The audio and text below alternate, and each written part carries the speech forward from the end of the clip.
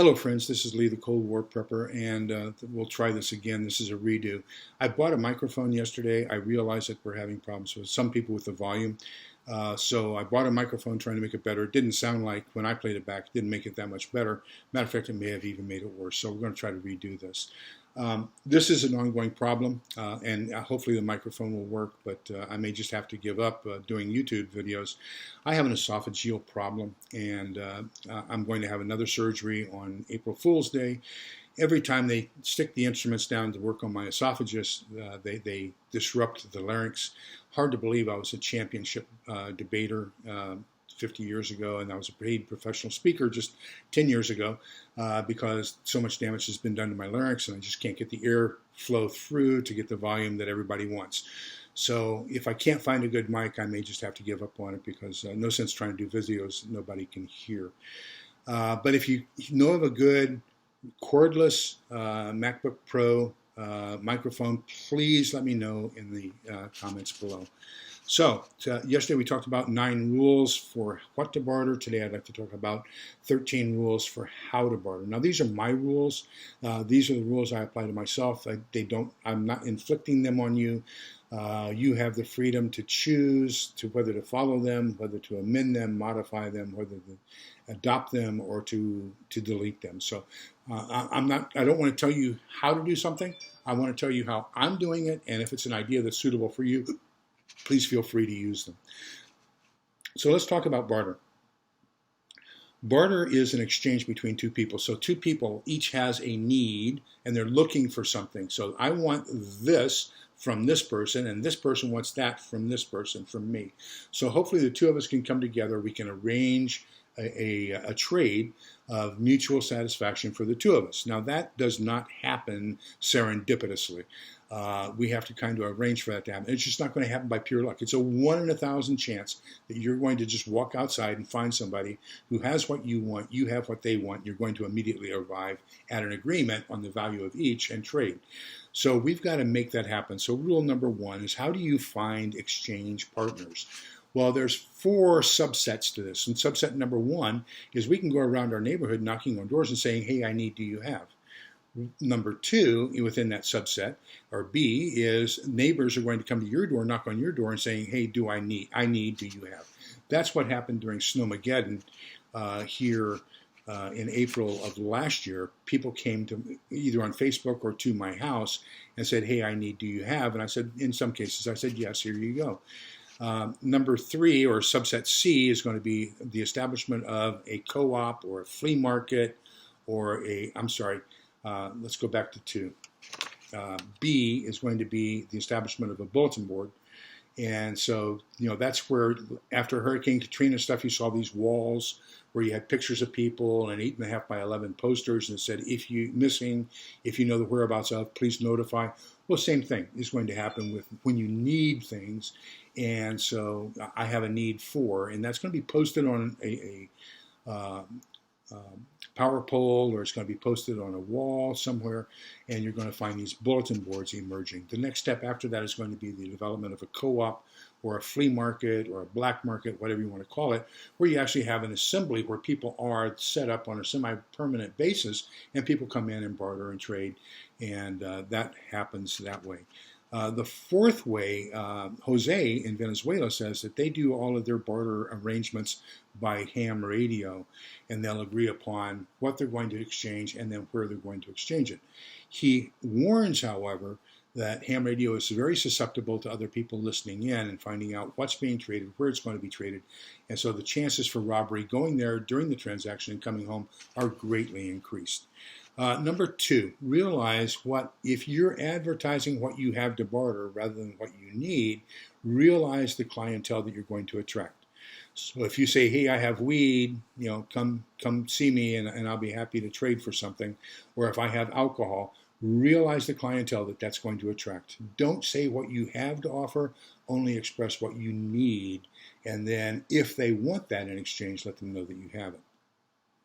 Uh, C, remember that, or 3, remember that you've prepared. 95 to 97% of the rest of the population has not prepared.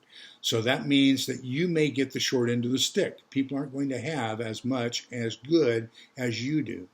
You're the more prepared of the two. So if you need something, chances are the people who have not prepared may not have it. So just be aware of that in advance and try to get as much of what you need as possible rather than focusing on what you want to trade with people who haven't prepared, who might serendipitously have what it is you need. Number 4, be gray man as much as possible. Have as low a profile as possible. Don't expose what you have for trade until it's part of the actual negotiations. And even then, I wouldn't show it until the very end when they say, okay, show me you've got it. The other thing is, don't be the fat man in the land of the starving. Try to appear the same as the people you're going to be bartering with so that they don't feel threatened by you. Number 5, take only what you can afford to lose. Remember, the other people are desperate. There's going to be people out there who are going to try to take what you have. Going there, while there, and coming back. So if it's very precious to you, it's extremely important to you, and you don't have a prearranged person to barter with, don't take anything you can't afford to lose. It's going to be susceptible to robbery. Number 6, be honest, fair, and don't threaten.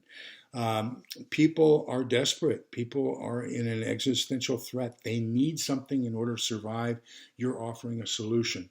If you aren't honest, if you provide them something that doesn't meet their expectations, if you haven't set up forthrightly, this is what I have, is it acceptable to you?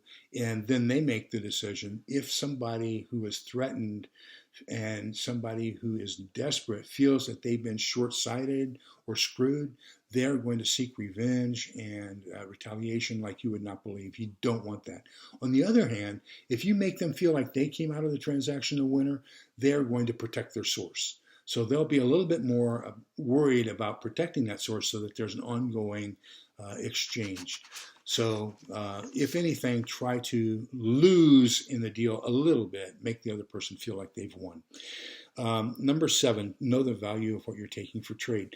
The way I would do this, and the way that some of the others have talked about doing this, is when you go to the fair, I have in my pocket today a box of matches. And so now I want to talk about, next time I plan on bringing a Bic lighter. What I might do is start asking people, hey, I'm looking for a Bic lighter. What do you need for it? That's going to give me information. It's going to give me intelligence. It's going to tell me exactly what the value of that item is so that the next time I come to trade, I have a better idea of what I should expect to receive in exchange for it. Number 8, don't hint, don't say that you have anything above and beyond what you have with you. If they say that's not enough, I need more, then tell them, instead of saying, okay, I'll be back tomorrow, that tells them you're going to go back, you have it, you'll be back tomorrow with it, so they're going to follow you and take it. If you tell them, on the other hand, it's going to take me a while to come up with something, that much. It took me a while to come up with what I have. I've got to go do some work. I've got to do some bartering. I've got to do some, pay some debts and see what I can do. Then they aren't going to be as suspicious that you have a whole bunch there. You say, I'm going to meet you in a week. Hopefully I'll have what I need. And if not, maybe I'll have something else that might be acceptable to you. So always look like you don't have anything. You're going to have to work hard to get what they want. Number 9, all 3, Selco, Farfel, and Jose, regularly attended markets. They talk about the dangers of going there, while there, and returning from there. As a matter of fact, Selco talks about, since this is a war-torn country, being sniped at by the opposition en route and coming back from, and he even lost a couple family members who were shot and killed during going to or from the black market or flea market. Number 10, vary your routes. Never go the same way twice. Never go home the same way twice. So if you're always approaching the market from the east, then they know you're coming from the east. If you always leave going to the east, then they know that you live in the east. So always try to vary it so that you're approaching the market from a different direction and always leave in a different direction. And then number 11, even though you're varying your directions, have your head on a swivel. Be aware of your surroundings. Take a look and see if you're being followed. Stop and check. The best way is number 12, which is go in a threesome. So what you're going to do is you're going to have the lead person, person A, the barter person, is going to be up front, and they're going to go do the transaction. you're going to have a person as an overwatch person in position B.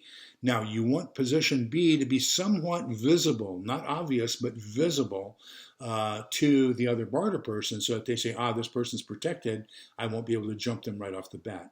Now, person C is going to be even further back, not obvious, not visible. Their purpose is to watch over person B, not person A. So person B is watching person A, person C is watching person B.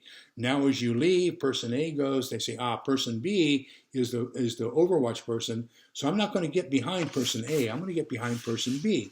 Well, that's why you have person C, who's invisible, if you will, and is going to observe that person B is being followed.